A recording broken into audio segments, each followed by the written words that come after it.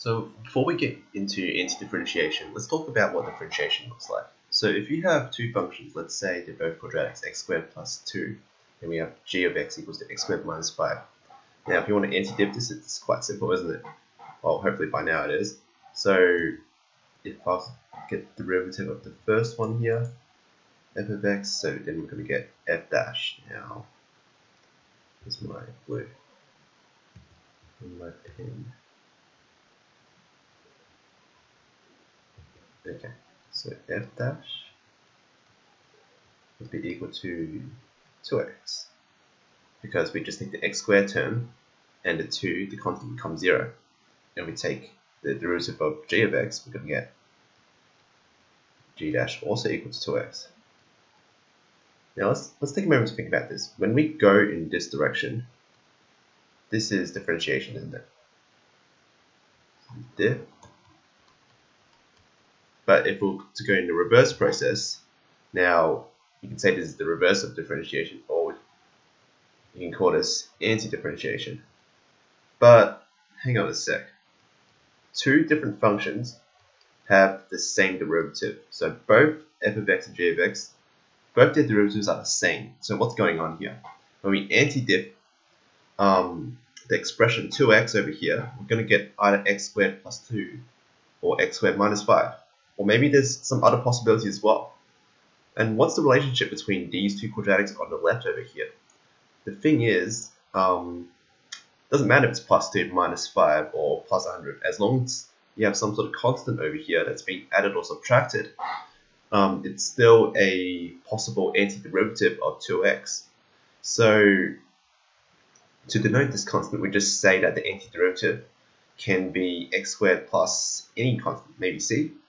And that's where we come to this rule down here, where if you have any polynomial, or not any polynomial, or anything in the form of a times x to the power of n, you want to take the derivative of this, sorry, not derivative, the antiderivative. So first of all, this sign in front over here tells you that you want the integral, or anti-diff.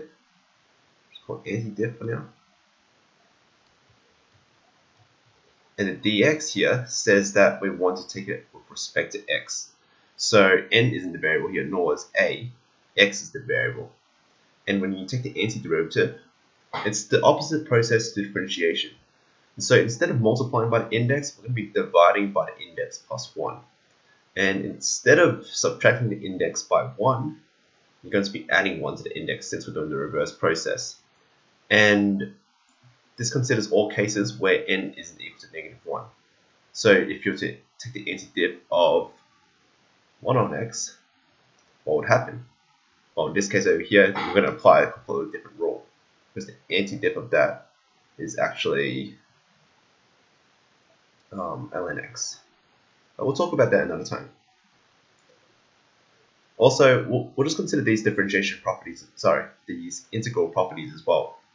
If you ever have two functions or two terms inside your integral, so when I say integral, I'm talking about the antidiff, and they're either adding or subtracting with each other, so they can't be multiplying or dividing, then you can actually separate into two separate integrals. And also, if you have some sort of function here inside, it's multiplied by a constant in front, then you can actually take this constant right to the outside. So we're going to make use of some of these characteristics of integrals when we approach some of the examples down here. Okay, so if at any point you feel like you can attempt these just by using the rule at the top, then feel free to pause the video and have a shot yourself. Otherwise, we'll go through these together. Okay, so for the first one here, you want to find the antiderivative of this polynomial over here. So do it term by term. For the first one over here, you can say that, well, we want to take 1 over the index plus 1. So we have 1 over 3 plus 1. So we're just looking at this 3 over here. The index multiplied by a. A is just the coefficient in front. Multiplied by 3.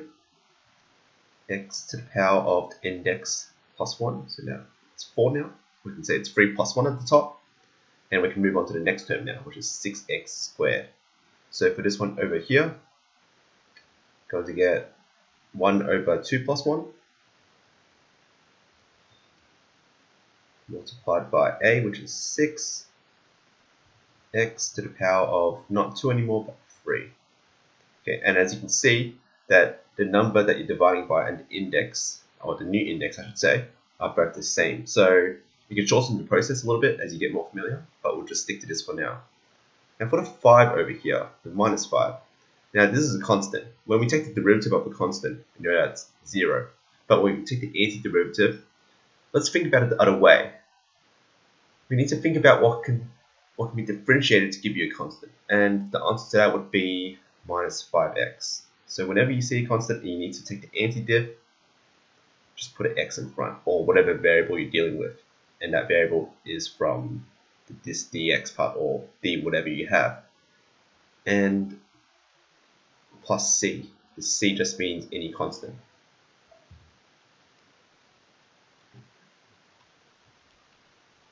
Okay, and then we can just clean this up a little bit just to give our answer in simplest form. So 1 over 4, we've got a 3 over here. 3 over 4, x to the power of 4, plus 1 over 3 times 6, that's 2, x cubed, minus 5x plus c. For this next one over here, you can do it term by term again, but before we do that, let's just make a few notes to ourselves. This root x over here can be put in a different form. You can view this as x to the power of half. And also, you can say that 1 on x squared is actually x to the power of negative 2. The reason for this is because we're dealing with terms that are in the form of ax to the power of n. You want this index to be, well, actually, I should say that you want an index in each of your terms. So all your terms should be in index form. So you can relate this half, this n over here, and this negative 2 with this n over here. And we can use that to help out with anti-diffing. So when you anti-diff, we're going to get, for the first one, we have 1 over 5. So instead of saying 1 over 5, you can say it's now 1 times 10. So it's a bit of a shortcut. Times x to the power of not 4 anymore, but 4 plus 1, which is 5. Plus, so we've got to add 1 to the index over here. Now, what's 1 plus half? 1 plus half is 3 on 2. So it's actually going to be 1 over 3 on 2. And of course, if you take the reciprocal of this, you get 2 on 3. But we'll just leave it in this form for now. When you get more familiar, you can just flip it in your head. And, oh, we missed out on something here. Multiply by 3.